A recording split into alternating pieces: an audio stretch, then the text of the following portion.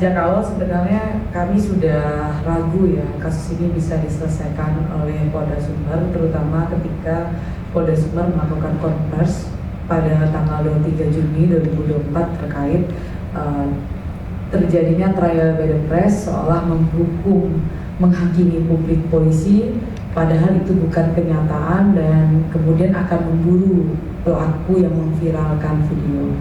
Nah, ketika kami 2 minggu lalu itu mendengar pernyataan itu, kami bersama keluarga sebenarnya sudah yakin bahwa kasus ini tidak bisa ditangani di jajaran Polda Sumbar dan di lingkup Provinsi Sumatera Barat. Jadi ketika kami aksi 25 Juni lalu, kami sudah minta Kapolri untuk turun tangan di kasus ini. Bukan karena tanpa alasan kami mengatakan itu, karena memang ada beberapa tindakan serangkaian yang kami rasa sangat mengintimidasi keluarga dan kemudian berusaha untuk merubah-rubah statement-statement pernyataan terkait misteri kematian Afif Maulana.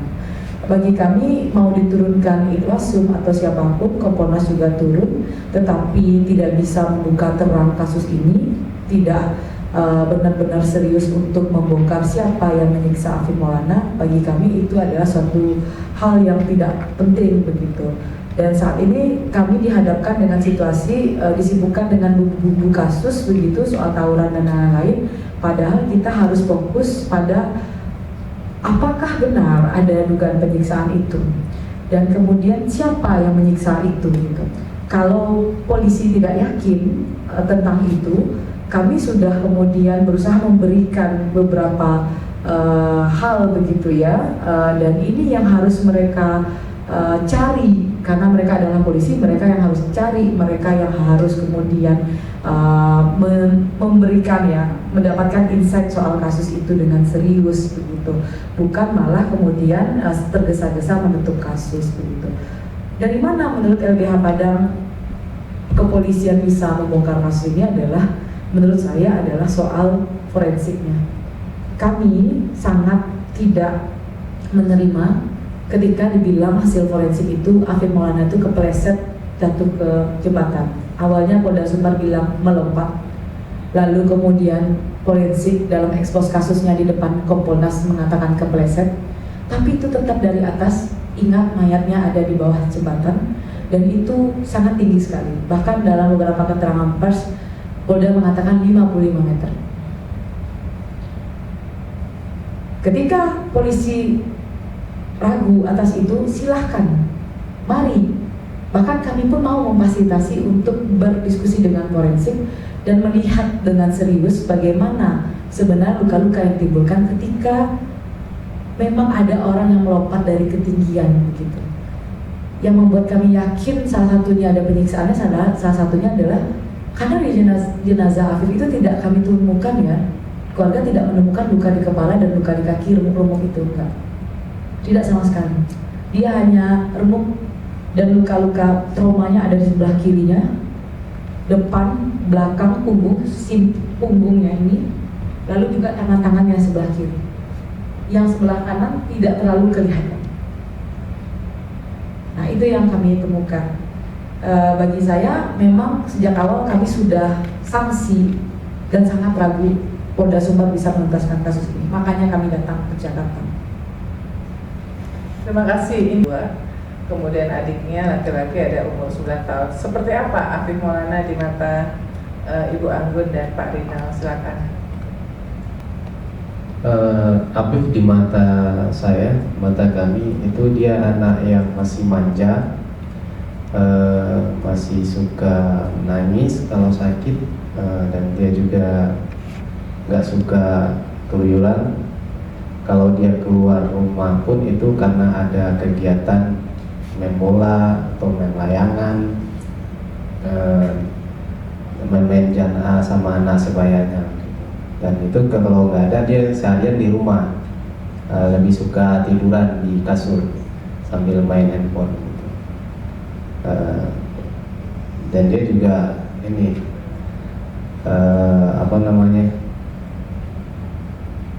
nggak bandel gitu, nggak pernah saya mendengar dia bertengkar dengan temannya. Jadi mungkin karena itu malam itu saya mengizinkan karena saya nggak ada pikiran apa-apa gitu, nggak ada kepikiran anak saya ini bakalan ikut anak-anak tawuran ini. Makanya saya kasih izin nonton bola malam itu di rumah temannya. Saya pikir itu kan di dekat rumah neneknya di Cengkeh, karena dia bilang di Cengkeh kan. Makanya saya percaya aja gitu. Jadi saya agak kaget gitu, karena ini pertama kalinya dia nonton bola di rumah temannya dan mau nginap di sana. Ibu Anggun, apa yang ingin di... Dan Afif nih kalau dia mau pulang sekolah, dia mau pulang waktu pas mau orang lebaran. Afif tuh kalau dia suka bangunin orang sahur nih Pak. Kalau udah jam 4 dia tidur di masjid, kan dia tidur di masjid. Jam 4:30 baru dia pulang dan baru sahur dia. Kalau nggak ada kegiatan, Afif nggak pernah keluar rumah Pak. Baru kali ini Afifnya keluar malam. Karena saya yakin sama anak saya, makanya saya izinkan anak saya untuk nonton bola. Dan hari Minggunya dia rencananya mau tanding bola itu futsal. Dia bilang dia mau nonton bola bareng sama teman-temannya. Dan jam 10:30 malam Afifnya video call dan video kan dia masak-masak mie jam 10:30 malam itu. Jadi deket ya, komunikasi antara Afif dengan Bu Anggun dan Pak Rinal tuh deket sampai kirim-kirim video call. Iya, apapun yang dilakukan dia bilang itu Bu.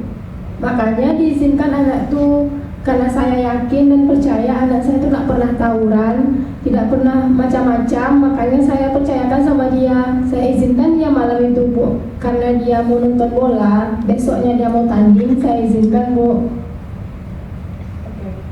Ada teman-teman yang mau... Dari media-media kan udah keluar. Berarti itu kan kejadian Dari media sosial. Ya. Afif almarhum ditemukan tanggal 9 dini hari ya.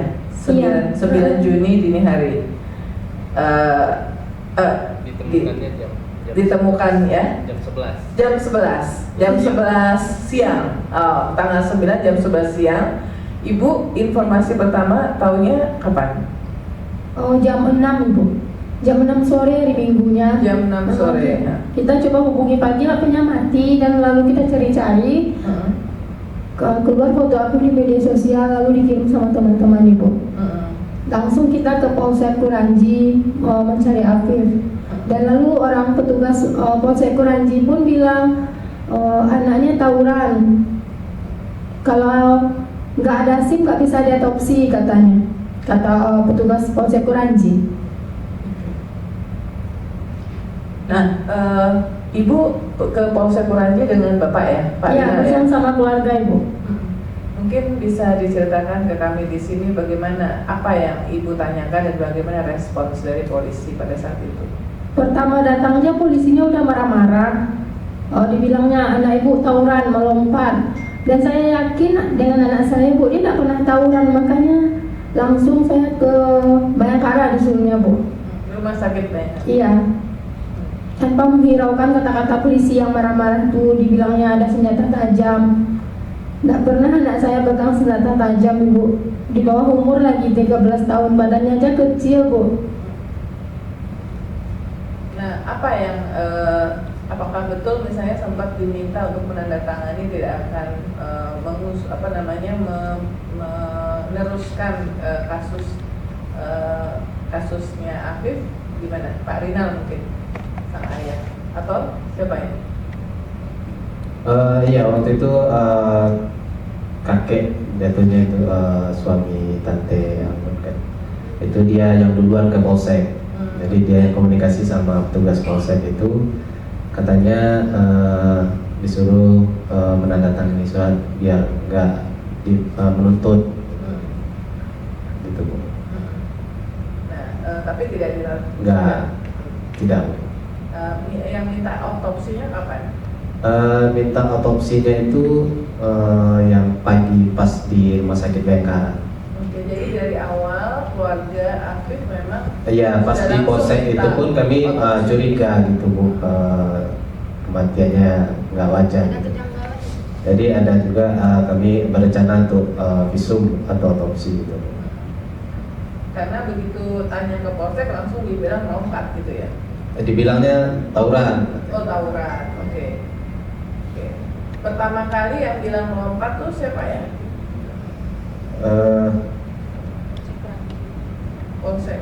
Polsek kayak. Oke. Melompat Syadid Bu. Oke. Saya pamannya si Apin Bu. Pertama kali melompat Syadid yang bilang kayak gitu Bu. Oh, Adit nih. Ya. Soalnya Kapolda Sumbar ini Bu bukan mencari pelaku penganiayaan keponakanku Bu. Mencari keburukan si Apin nih Bu. Aku pengennya sama Kapolda Sumbar pengen cari usut tuntas kasus si Apin nih Bu, siapa pelakunya. Bukan usut tawuran, nggak ada dia tawuran itu Bu. Aku pengennya Kapolda Sumbar usut, keluarin anggotanya yang nyiksa si Apin di polsek Kuranji itu udah tuh Bu. Bukan tawuran terus bilangin sama Kapolda Sumbar nih Bu.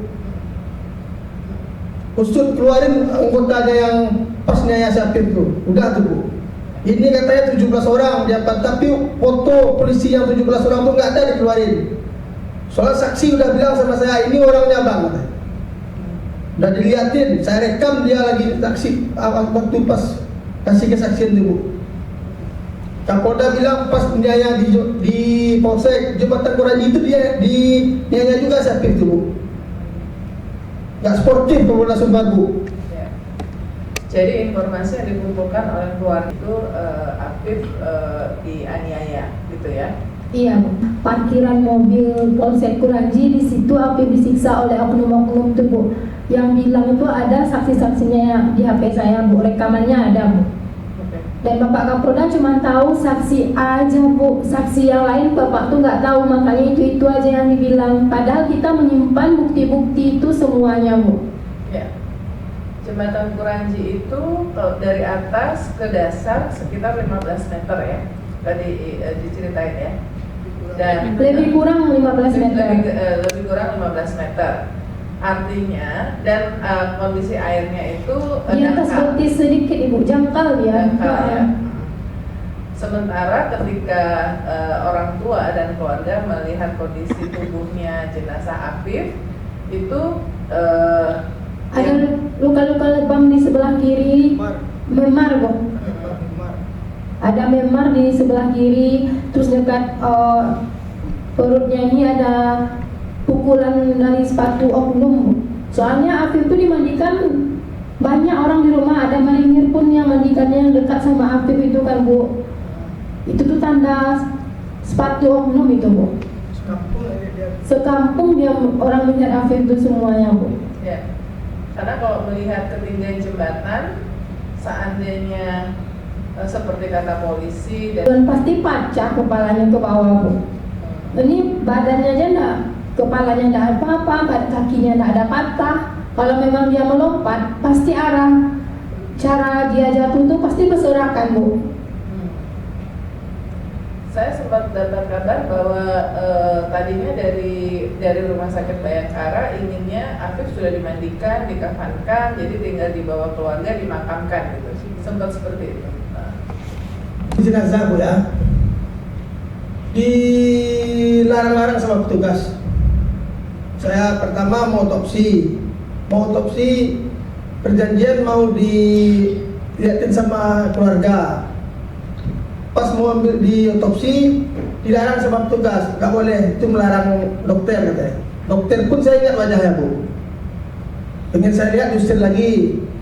Habis selesai otopsi mau dibawa pulang jenazah dilarang lagi sama petugas sama dokter ya Bu. Bang, pokoknya jenazah harus di sini dimandikan langsung dikapanin gitu ya. Kenapa Bu? Pokoknya pihak keluarga harus bawa jenazah ini pulang Bu, soal dia keponakan aku Bu. Oh nggak bisa Bang, sekampung pun abang bawa sini saya tampung, nggak penting di sini dikapanin katanya. Cuma lihat wajahnya aja.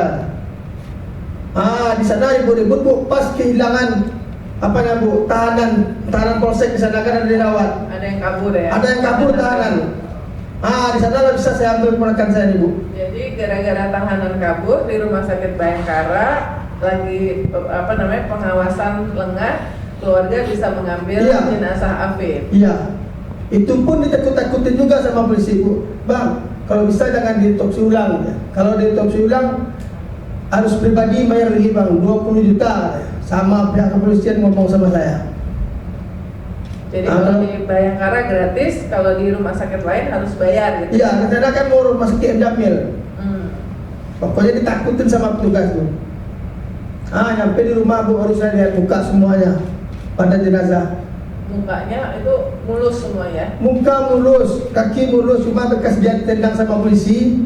Wajar Bu ya, ada suara Iya. sedikit. Ya. Cuma yang sebelah kiri ini memar semua nih, Bu. Tangan memar. Banyak yang ngasih siapa itu yang mandi. Di sana kan katanya kalau nyampe rumah bang nggak usah dipoto-foto bang ya. Itu aib keluarga kata polisi. Yang polisi di Padang, Sumbar. Dan ditakut-takutnya wartawan pun udah nyamar-nyamar dia Bu. Wartawan Siul, SCTV. Ditakutin saya bang, kalau melawan polisi nggak bisa bang katanya. Tetap salah kita katanya. Soalnya apa yang memviralin. Ditakut-takutin aku Bu. Supaya jangan dilapor lagi ke media, diposting lagi ke media katanya. Soalnya udah 3 hari Bu ya. Kalau nggak saya posting Bu, nggak ada pejalan pihak kepolisian semenjak ponakanku meninggal, udah 10 hari nggak ada dia datang ke rumah. Cuma si Adit yang dia cari. Kita pun sebagai korban Bu, pihak korban Bu ya, mencari si Aditnya nggak bisa. Itu Bu.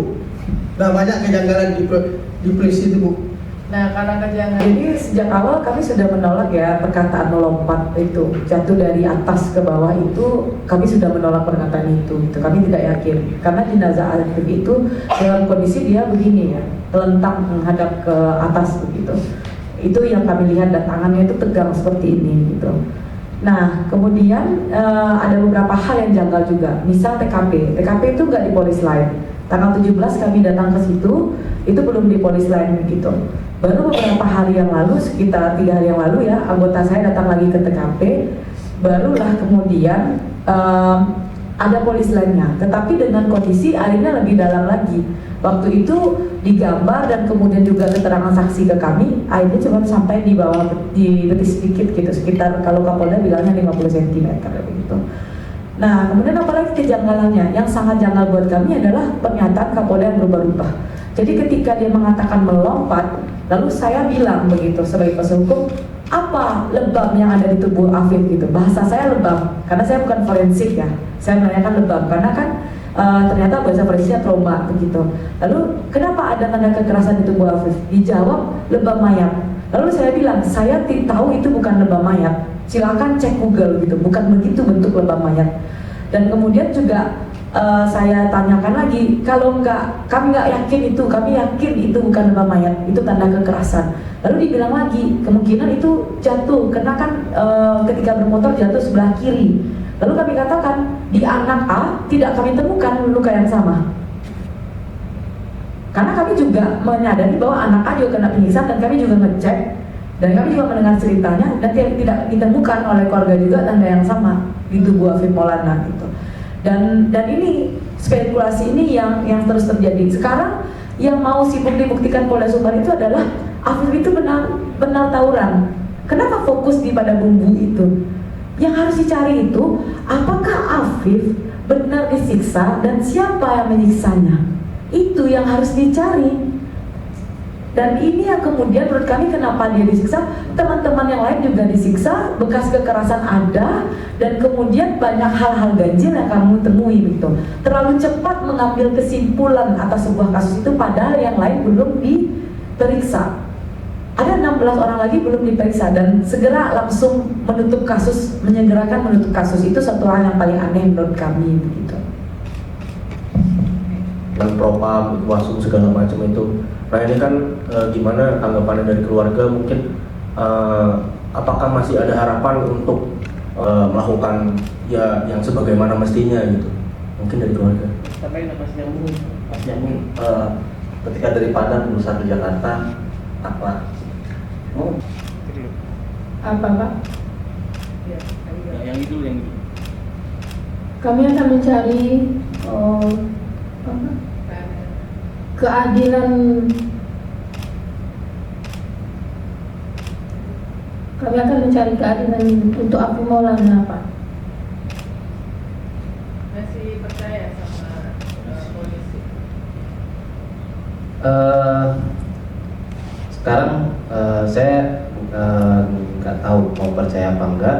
Cuman yang bisa kami lakukan sekarang, kami akan terus meminta bantuan kepada pihak-pihak yang punya pengaruh, punya kekuatan untuk membantu kami agar bisa mendesak penyelesaian kasus ini dan mengusut tuntas apa yang sebenarnya terjadi. Dan kami tetap berusaha untuk mendapatkan keadilan atas kematian anak kami yang tidak wajar. Itu aja. Sesudah ini Kasus penyiksaan itu sulit ya untuk diungkap karena pelakunya polisi, ada temannya polisi, dan atasannya polisi, ada rumah sakitnya polisi. Kami tahu itu sangat sulit. Pelaku tunggal saja tidak mampu Polda Sumbar itu menyelesaikan kasusnya, malah di SP3. Tapi yang kami tahu adalah warga berhak untuk tahu kebenarannya. Maupun polisi mencurangi kami sebagaimana apapun, kami tidak akan menyerah untuk sampai keadilan itu datang ke kami. Kami akan tetap terus berjuang untuk Afif Maulana dan kawan-kawannya. baik. Iya, sebenarnya Bang, di tanggal 12 Juni ketika datang ke kantor kami, Aditya itu datang, keluarga yang membawa. Tim LBH itu sempat mewawancarai, sempat membuat pernyataan dengan Aditya. Bahkan dia ekspos kasus. Kami juga, saya terutama juga melakukan pertanyaan-pertanyaan dengan Aditya. Dan pertanyaannya mungkin, kenapa sih kami belum memberikan kesaksian ya, mendatangkan saksi-saksi kepada kepolisian? Sederhana, kami ingin semua saksi dilindungi dulu oleh LPSK. Kami ingin anak-anak ini dipulihkan dulu karena mereka mendapatkan penyiksaan, mereka trauma. Dan kami juga tidak ingin mereka memberikan keterangan yang ditutup-tutupi. Kami ingin membuat terang, mengungkap fakta kebenaran kasus ini, bukan menutup-nutupi kasus ini begitu. Jadi makanya kami bilang ke Polda Sumbar, sabar, tenang, proses sedang berjalan. Nah ini yang perlu kemudian polisi tahu begitu. Nah, saya tidak ingin mengulangi ketololan kepolisian ketika menangani kasus ini, tergesa-gesa, tidak jelas, pernyataan berubah-ubah gitu. Itu akan membuat kami semakin tidak percaya. Itu akan mencoreng nama institusi kepolisian begitu. Justru bagi kami di Padang, bagi saya pribadi, yang mencoreng institusi kepolisian itu adalah Kapolda Sumbar sendiri yang selalu merubah-ubah pernyataannya di media begitu. Bukan kami ini cuma mencari keadilan, mencari kebenaran apa yang terjadi. Indira, karena mengawal kasus ini. Ya memang saya tentu banyak hal ancaman mulai kemudian dipetakan, mulai terjadi insiden-insiden keamanan di kantor kami, dan itu memang kemudian sudah kami rasakan. Banyak juga kemudian yang menyerang di digital LBH Padang, tetapi kami mengatakan resiko yang kami terima itu menurut kami adalah apa yang kami perjuangkan itu benar, dan kami berusaha untuk memitigasi risiko itu untuk kami dan keluarga begitu.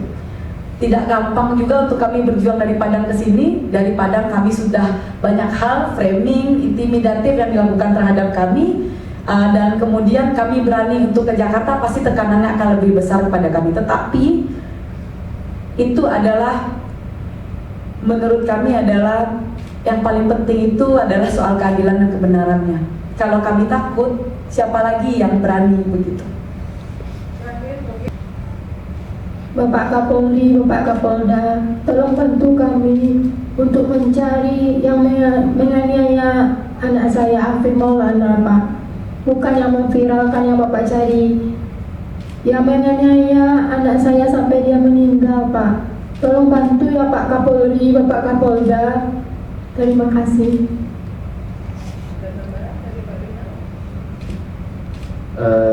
Ya, saya mau minta tolong sama media dan semua pihak yang bisa membantu kami, benar-benar membantu kami agar kami mendapatkan keadilan untuk anak kami.